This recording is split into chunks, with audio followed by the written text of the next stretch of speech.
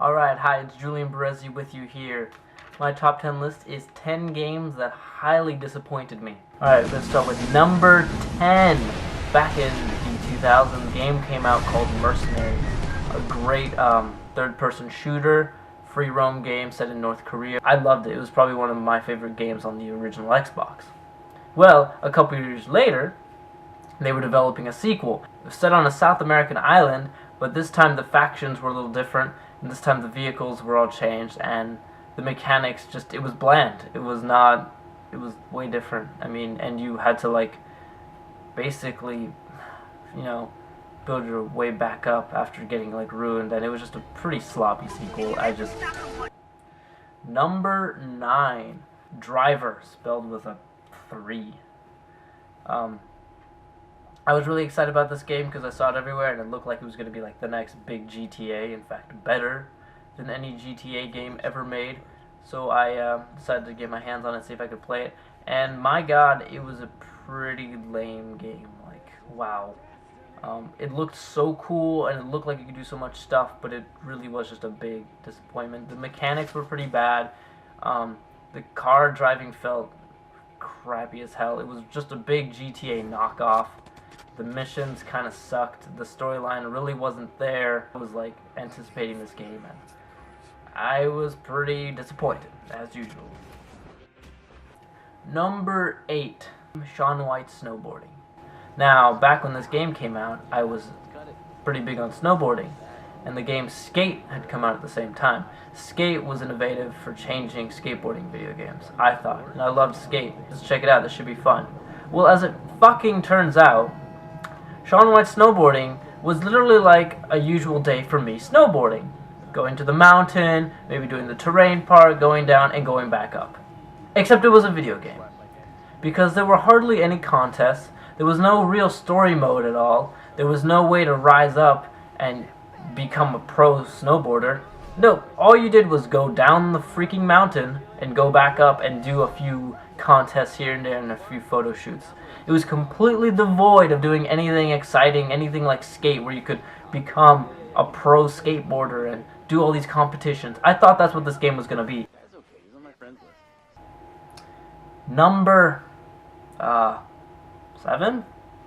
Number 7, Medal of Honor, the reboot that they needed to make. You know, we remember the old Medal of Honor series set in World War II. So they made Medal of Honor this advanced future, you know, remake. I mean, as soon as I picked it up, I was like, wow, this feels exactly like Call of Duty, except less. And it was actually less than Call of Duty Modern Warfare. The storyline was pretty thin, just running around shooting terrorists and blowing stuff up, and I'm like, this is just Call of Duty. Like, it feels the exact same way as Call of Duty. Well, I don't know if I'd call it a disappointment, because I didn't expect much from it. But I'm going to call it a disappointment in general. Number 6, Homefront. I was quite interested in it. I like some Cold War video games. So this was kind of like, you know, Red Dawn-ish with, you know, North Korean. As it turns out, this game was nothing more than like another Call of Duty knockoff. Also, it was freaking short. It was like 4 hours. I waited months for this game, and that was it. Like, that was all there was to it. Yeah, so that was another disappointment there. Alright, number 5. Ooh, here we go. Army of Two 40th Day. One half of me really enjoyed the gameplay, the combat, and the gun customization, which was awesome. But the problem was, the storyline was really weak, and the ending pissed me off too much. It was kind of funny to laugh at. It's just, compared to the first Army of Two, it is just a crappy sequel. Like, it is...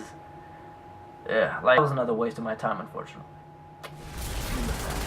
Number 4, Call of Juarez, the Cartel. Now, the Call of Juarez games are a few Western games that came out before, so now they decided that, for whatever reason, they need to take a Western game and set it in the modern times. You're like a narcotics officer fighting drug dealers, and at first I was like, wow, this is shit. I could already tell I was not liking it very much. Then somehow I started to like it, and it actually got kind of enjoyable towards the middle. And then towards the end I'm just like, Once again, why am I playing this? It was stupid. The storyline was bad. Gameplay was meh. It was fun at times. Number 3. Star Wars Force Unleashed 2. First Force Unleashed was actually really fun. Force Unleashed 2 was supposed to look awesome. The trailers make it look great. Okay, they just hashed together a sequel, which was, the gameplay is much harder, it's more frustrating, and then they just slam you with a giant boss battle called the Gorgoroth, whatever, the big thing that you see in the trailer, over an hour to fight that boss. Over an hour! I almost didn't want to finish the fucking game. The expansions weren't much better. The game itself was a waste of money and time. Crap. Crap, crap, crap. Number 2, Aliens vs. Predator Extinction. I don't even know how many people played this game. This is an oldie back from like 2003. They decided to take the AVP franchise and make it into a strategy game. And while the idea was neat, the problem was they put it on a console. And this was back on the first Xbox, so you know it was kind of crappy. But it got really old fast. Like, the missions were almost the same. The maps looked kind of the same. The most neat things were the different classes and different units you could build.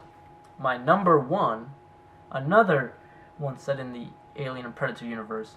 A game that when I first saw it, I was so excited for. So ready. Predator Concrete Jungle. Predator Concrete Jungle had great concepts. A third-person Predator game. Why the hell would that not be awesome? Like, make it open world, you can be stealthy, you can go around killing targets. They set it in a futuristic city, which was alright. Fine. They went in and took a great concept and they just messed it up. And it's not even really like free roam. You're kind of stuck in this area. You have to be stealth mode like always. You can't really go around killing people. The missions are kind of stupid because I got nothing else to really say. The graphics were, yeah. Because it was, and the style, the aesthetic was weird. I think this game was one of the crappiest, no, the crappiest that we've had in the franchise, and probably one of the crappiest third-person games I've ever played. Don't ever play this game. Don't even touch it. Just, nah, no. Okay, well that's been my top 10 most disappointing games of the past decade. Hope you enjoyed that. Bye-bye.